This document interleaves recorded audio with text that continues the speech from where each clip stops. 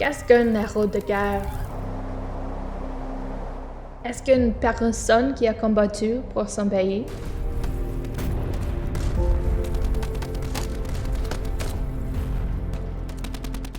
Est-ce qu'une personne qui s'est sacrifiée pour le pays?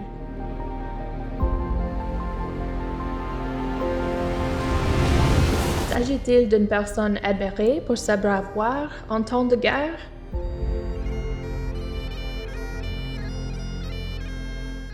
Il n'existe pas de véritable définition d'héros de guerre. Un héros de guerre peut évoquer beaucoup de choses pour différentes personnes. Pour la Marine royale canadienne, Harry DeWolf est un héros de guerre. Il a servi dans la Marine royale du Canada de 1918 à 1960.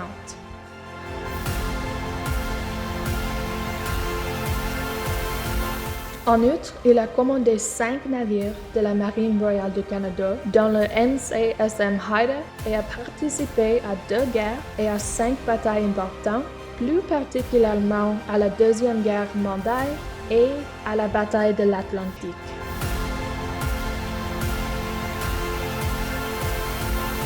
Au cours de sa carrière, DeWolf s'est vu décerner pas moins de 13 distinctions et décorations.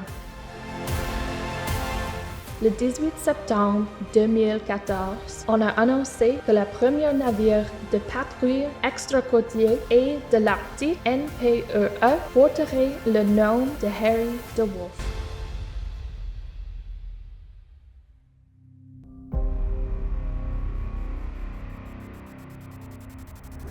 Good afternoon and welcome. I'm Colin Darlington. I'm the Vice President of the Royal United Services Institute of Nova Scotia. I welcome you to our October Distinguished Speaker. Bio for our speaker today, John Keys, naval architect, naval constructor with the RN. Well, it's a real pleasure being here this afternoon. It's great to be able to speak to a diverse group such as this and tell you about just what we are up to at the shipyard. You've all seen the buildings going up, you've all seen a lot of activity down there, and what you can't see yet is the actual work that's going on the ships. But at some point late next year, we'll see a ship emerging from those big doors, and it will be visible to everyone here in Halifax that we are in fact going to be delivering ships soon to the Navy.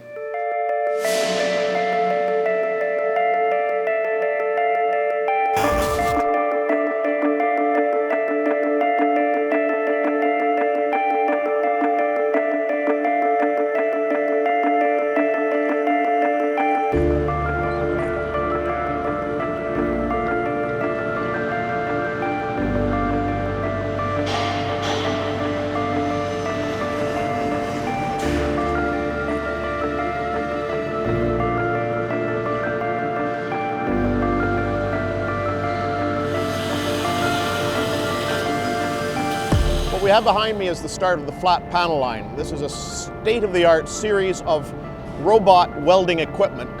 It's made in Finland. The idea is to take the flat steel sheets that come across from the Marine Fabricator facility in Dartmouth and then perform various functions on them as they move their way along the flat panel line, eventually getting them ready to form the bulkheads, decks and so forth of the AOPs.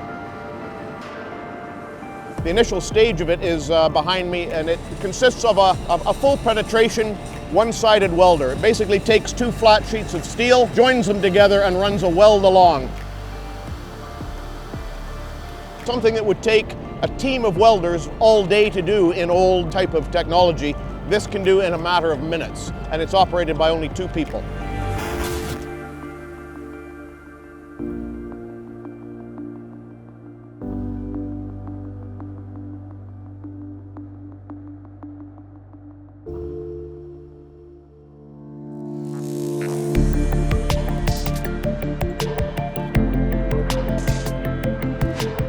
What we see beside me here is the micro-step part of the flat panel line.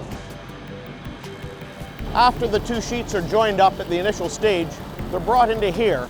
And then anything like perforations for such things as cable runs or for doors and hatchways or ventilation penetrations, those all have to be cut in those flat steel panels. And that's what this machine here does. And there's a secondary function Remember, the steel comes in here already primed, but you can't weld onto that on top of the primer. So we have to blast off a strip of primer where we're going to fit on the stiffener profiles, which are done at the next stage. So all of that is done in the micro-step portion of the flat panel line just here. We're now at the final stage of the automated portion of the flat panel line. The PEMA equipment that you've seen so far brings us to this stage, which takes these stiffener profiles. Think of I-beams or T-beams or that sort of thing.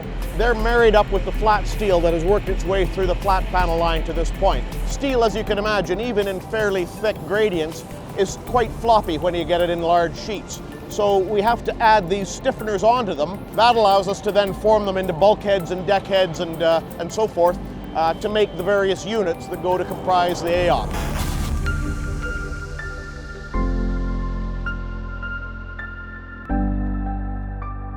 This part of the process is called the complex assembly. We've already talked about the flat panel line, which is a largely automated process because the flat panels lend themselves to being done that way. However, much of a ship is comprised of curved panels, the hull sections and so forth. Those are more complicated to put those stiffeners on, and therefore it doesn't lend itself to an automated process. It has to be done by hand by individual welders. So what we do here is we mount each of these curved sections, we mount them on this pin jig. These different pins can be raised and lowered to different heights so that we can support any type of complex curved shape upon it. And that allows the welders access to the above side and the underside in order to weld on those curved stiffeners. And that's what's happening behind me here. As I mentioned, it's called the complex assembly portion of the process.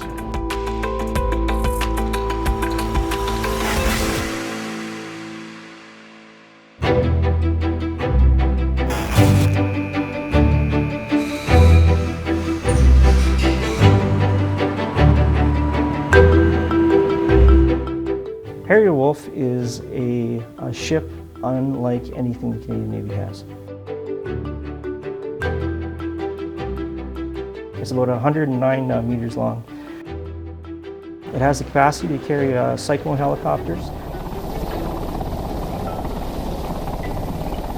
the sea lift capability with the 3 sea containers on the quarterdeck, the 4 additional small boats that it carries,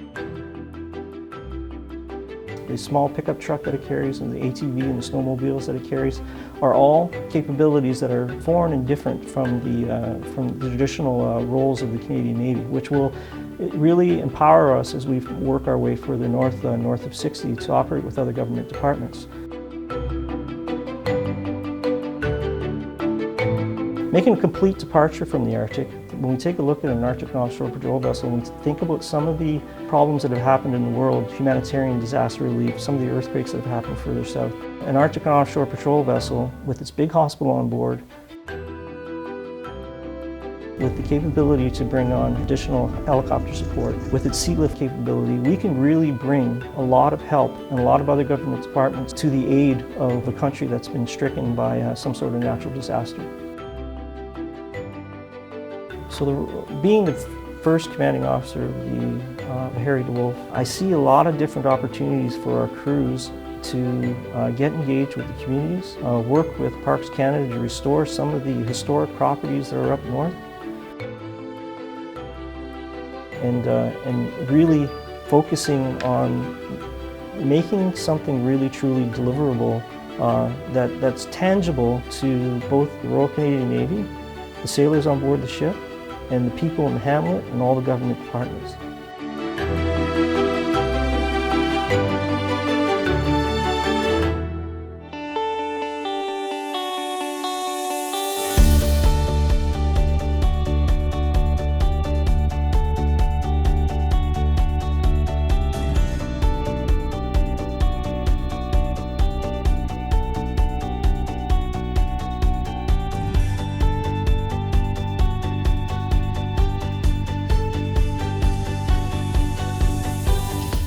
Is the Harry DeWolf not a great looking ship? Like, who would say, yeah, that's a gorgeous looking ship?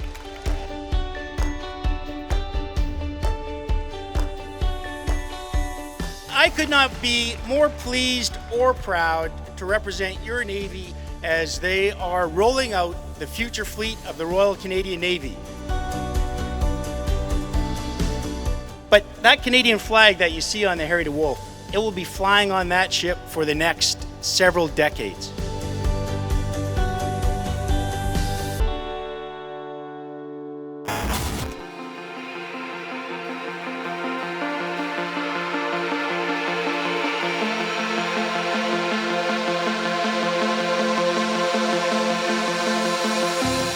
Our team of almost 1,900 skilled shipbuilders are beaming with pride and satisfaction today as we look over the future Harry DeWolf. And this great ship clearly shows that shipbuilding on a large scale is back in Canada. She's filled with technology, capability, and adaptability for today and tomorrow. I want to extend congratulations to Jim Irving and to the Halifax Shipyard family who are responsible for building this magnificent vessel here today. This is some kind of special day. The only thing I want to be able to say to you is our Navy's success depends on your success. It's a pleasure for me to be here today with the dedicated sailors of the Royal Canadian Navy, my colleagues, Irving Shipbuilding employees. It's a historic day for Canada, for the Navy, for Halifax, and the Yard. We all work together to achieve this historic landmark goal. Thank you for allowing us to honor your father and what he stood and what he lived for every day. To the entire Harry DeWolf courageous crew, we say, fairest winds and following seas, bonne navigation.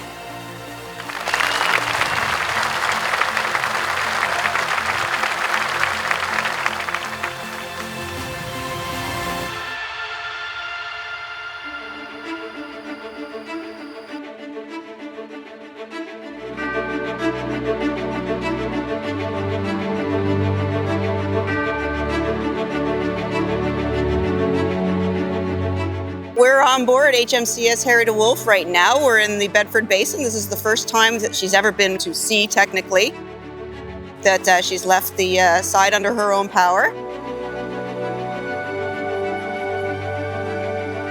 We're here conducting some trials, some engineering, and also the small boats, and some external communications as well.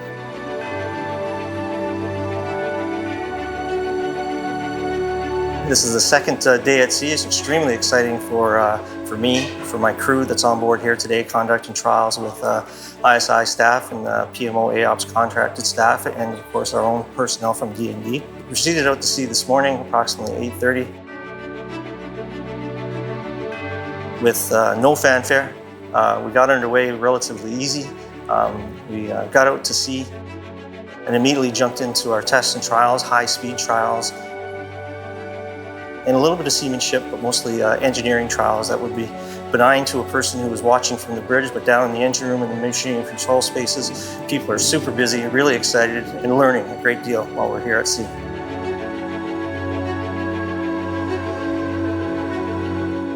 So this opportunity is a very wonderful opportunity for myself as a master seaman in this position.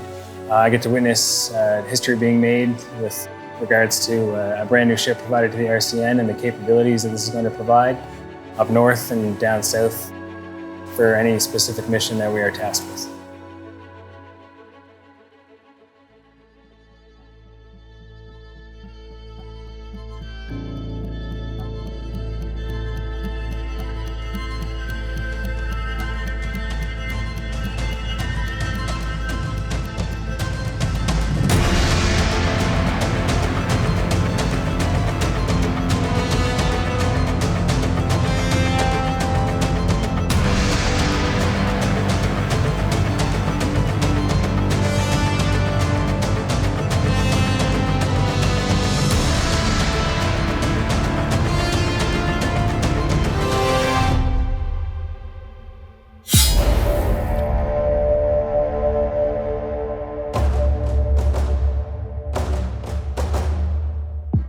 So this is it's the first vessel in its class. That's a new platform, obviously, to the Canadian Navy, which means it's a new platform to all of us. So when we were conducting our readiness training about a month ago now, we were learning all about the platform, how it maneuvers, how our computers work, how we can best optimize our radars and sensors and things like that. Sea Training is an organization that comes on board HMCS ship to validate the training of our sailors to ensure that they're capable of performing the basic task that is required for them, such as man overboard, fire, flood, and search and rescue operations. And then now the proficiency sale, so now that we've essentially dealt with our sea training organization and they've given us the go-ahead and saying that we're safe to operate everything, now we're basically doing everything on our own and becoming more proficient and more skilled and more comfortable with operating all the gear on board. And then the next phase will actually be go out the door to conduct real-time operations.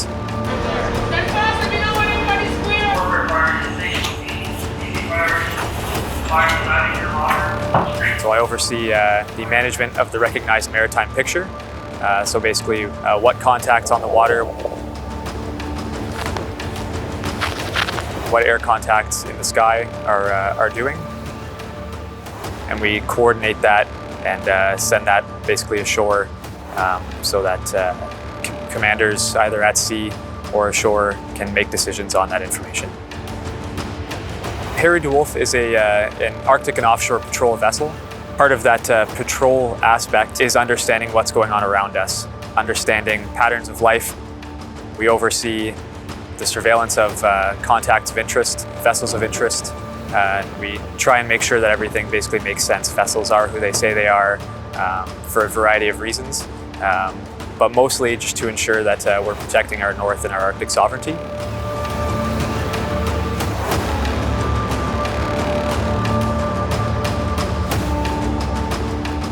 But there is that level of excitement, obviously the excitement that comes with operating the newest piece of kit in the Navy, probably the newest piece of kit in the Canadian Armed Forces right now. So you're always excited to take your watch and to start your workday. So it's been a really exciting and challenging but rewarding process. Harry DeWolf is a beautiful ship, came into service recently. This is the first program, and now that the crew is capable of operating on their own, and this will bring to the RCN much greater capability up north, capability for search and rescue, and patrolling the Canadian coast.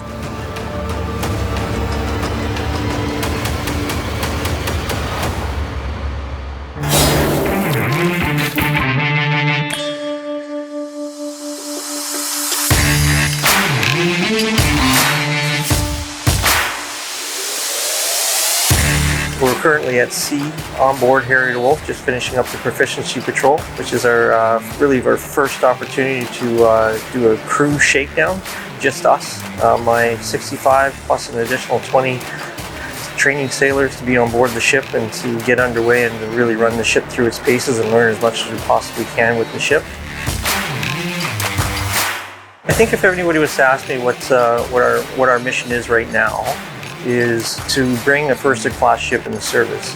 And that's really starting from the ground up. We have to first learn all the brand new systems, all the new technology, and we started that a couple of years ago by integrated a computer-based training where we all sat behind desks for literally months at a time to study the ship academically.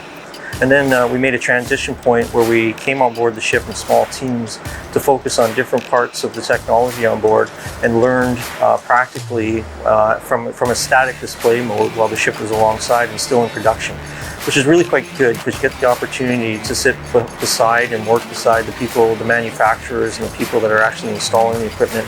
So you really get a really in-depth knowledge of how the equipment operates and how it integrates together.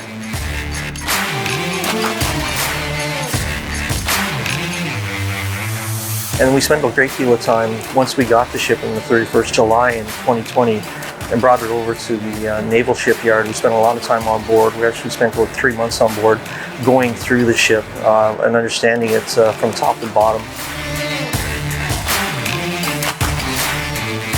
Then the transition, of course, was to go to sea for 12 days to really do a crew shakedown where we started off at slow time. putting boats in the water.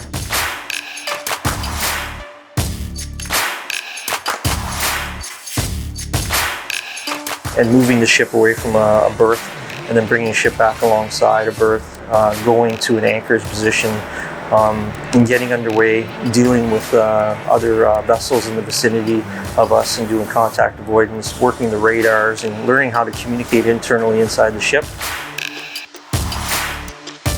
And me getting the opportunity to drive the ship alongside unassisted. Never drove the ship ever before. And within 7 days, we were doing jetty approaches and bringing the ship alongside, unassisted with tugs, with all kinds of different types of winds, which is really, something to say about the naval training system in general, because it gives us the tools to actually be able to operate a ship from any facet, whatever your trade is on board the ship. To bring a brand new ship into service using the general rules and the general instructions that you get, and apply them to the new ship, and then figure out what the nuances are and apply them in a short period of time. The design that went into the ship in specific areas, talking about creature comforts and new capabilities that we haven't had before, and I think from a deck department perspective or deck division perspective, the 2 rescue boats and their ability to operate over the horizon and really force project ashore, whether it's going to get parts or going to do reconnaissance missions. They really give us the ability to reach out and touch, further afield up to 20, 25 miles away that we've never really had before. It also gives some very junior sailors a significant amount of responsibility, and that's one of the great strengths we've seen from this particular trip. And then we have a big landing craft that allows us to put some of the smaller vehicles that a Canadian Army contingent might come with, and we can use that landing craft to beach them ashore and beach the equipment ashore, and get them ashore without them even getting wet.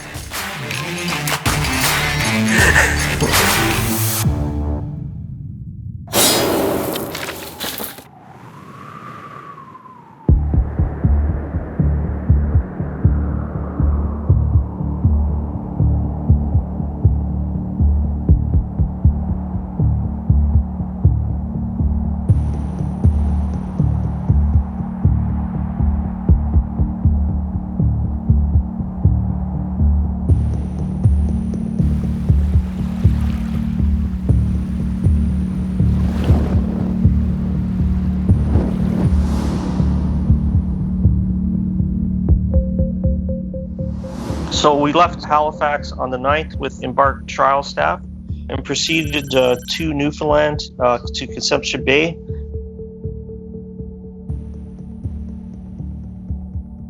We had to spend some time transiting a body of water that isn't a particularly friendly place to be in the wintertime, with lots of heavy sea spray, heavy winds, relatively significant sea state, dealing with 6 meter, 7 meter seas.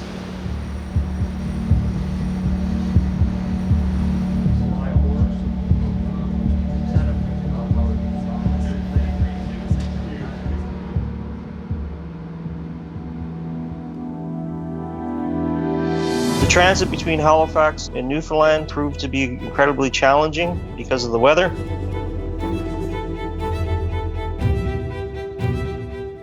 We made it safely. Some folks, of course, suffered some hardships of being seasick, but that's the nature of being at sea, isn't it? Harry DeWolf was the only ship up there. And that just goes to show how the characteristics of the ship and the capabilities of the Royal Canadian Navy, that we can actually press that far north. The ship is really, really well built and well designed to operate in ice, particularly at night.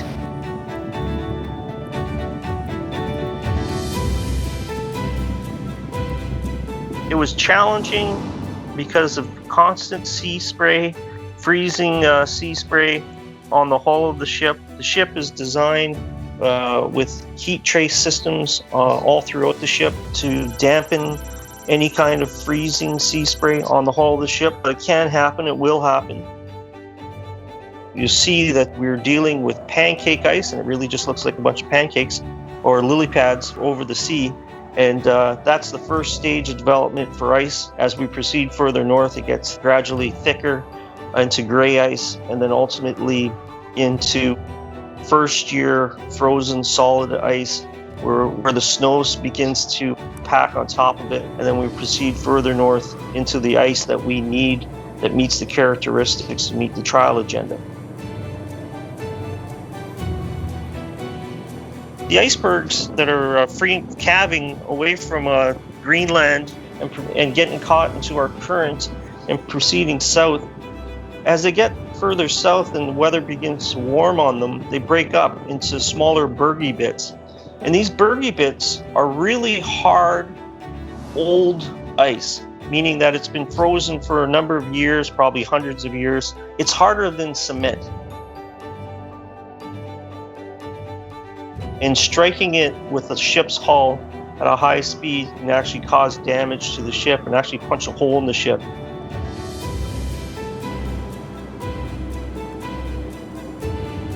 Once the trial was complete and it was successful and the ship met the trial's agenda requirements, we continued further north.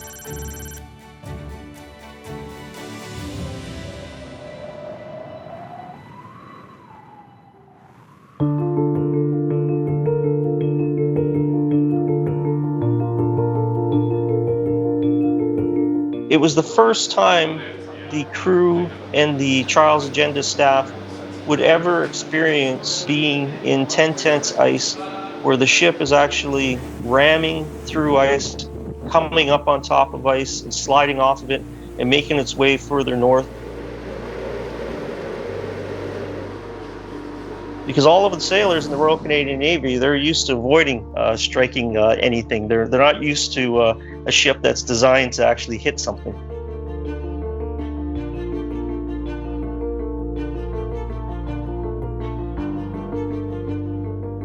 And it performed extremely well in the first set of ice flows.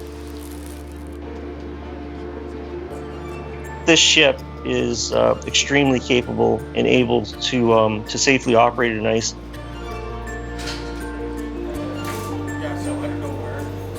As the ship stopped, polar bear, 2 cubs came over some snow and ice, and almost like they were coming over to greet us and to say hello and welcome to the Arctic. And they slept on the floe and just watched us, and were just curious about what we were doing up there. So the Seacore sample folks were on the ice, I think it was 30 minutes on the ice, and it took us about 10 minutes to get them back, to warm them up, then send them back out again. And we would put full speed ahead on both engines, and we'd have to keep that full ahead for 1,000 meters, and then they would calculate the performance of the ship. And the ship performed handsomely. The waterways up north, they deserve to be protected. They're pristine bodies of water that deserve all of our attention. We'll operate in the north to preserve those bodies of water, to monitor and protect Canada's domestic waterways up north. But during the navigable season, you can bet that the Canadian Navy will be operating up north, supporting other government departments and supporting the people of the north.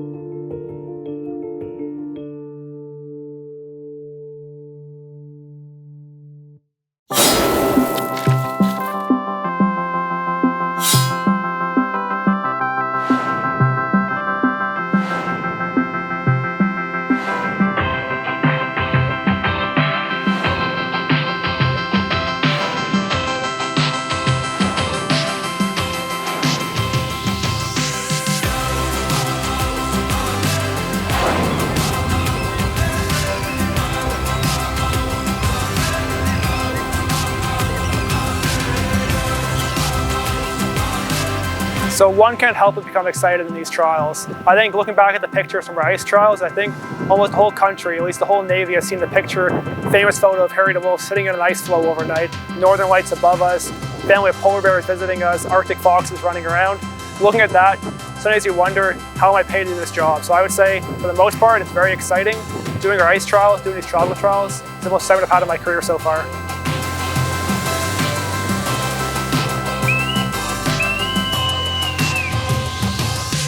The best thing I would like on this ship is definitely the new equipment for bosuns.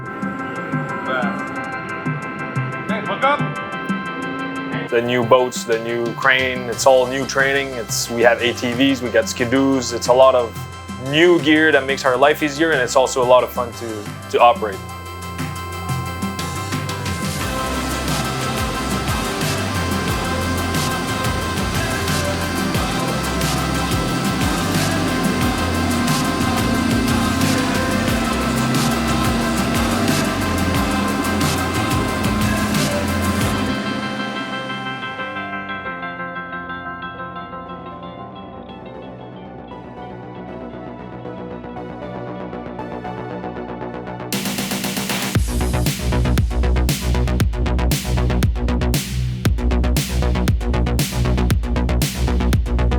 Just finished operating south this time instead of north in an Arctic offshore patrol vessel, and I suspect that would probably be pretty new to folks to hear that the ship is actually operating south. Went as far south as Puerto Rico this time to conduct some warm weather trial. Steer 041. Steer 041. Stop both engines. Stop both engines. What's really unique about the ship is that its ability to operate up in the Arctic in that far south.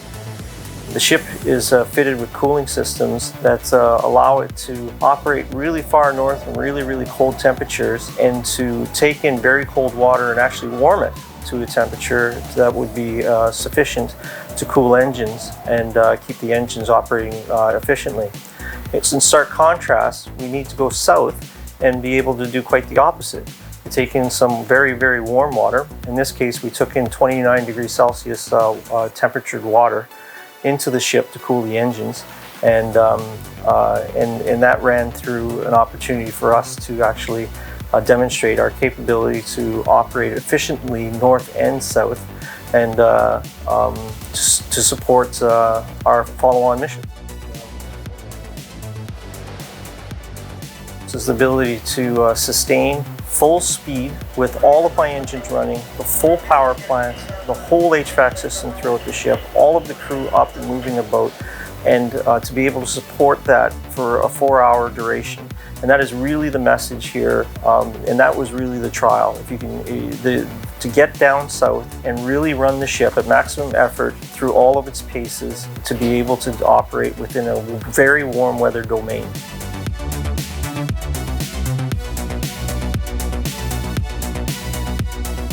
But sometimes we get lucky, and this time we really got lucky where we had the opportunity to finish up our warm weather trial on the 5th of May and then jump right into our 25mm trials, which is our main armament system up forward on the forecastle.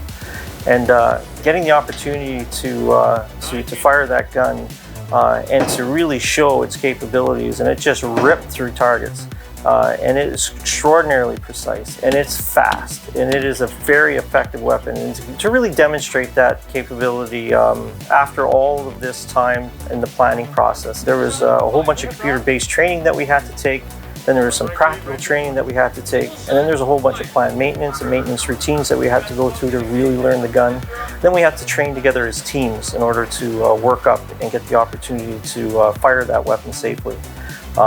And no small effort whatsoever to be able to safely operate that weapon, and to see rounds go down range, to see the team come together, and to they just look like a finely tuned machine.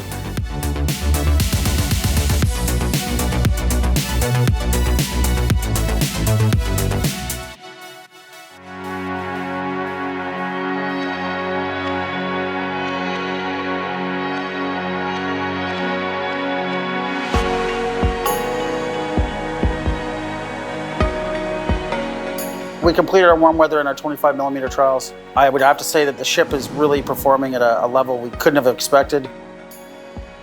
25mm trials went very well. The ship proved its capability to operate in tropical climates.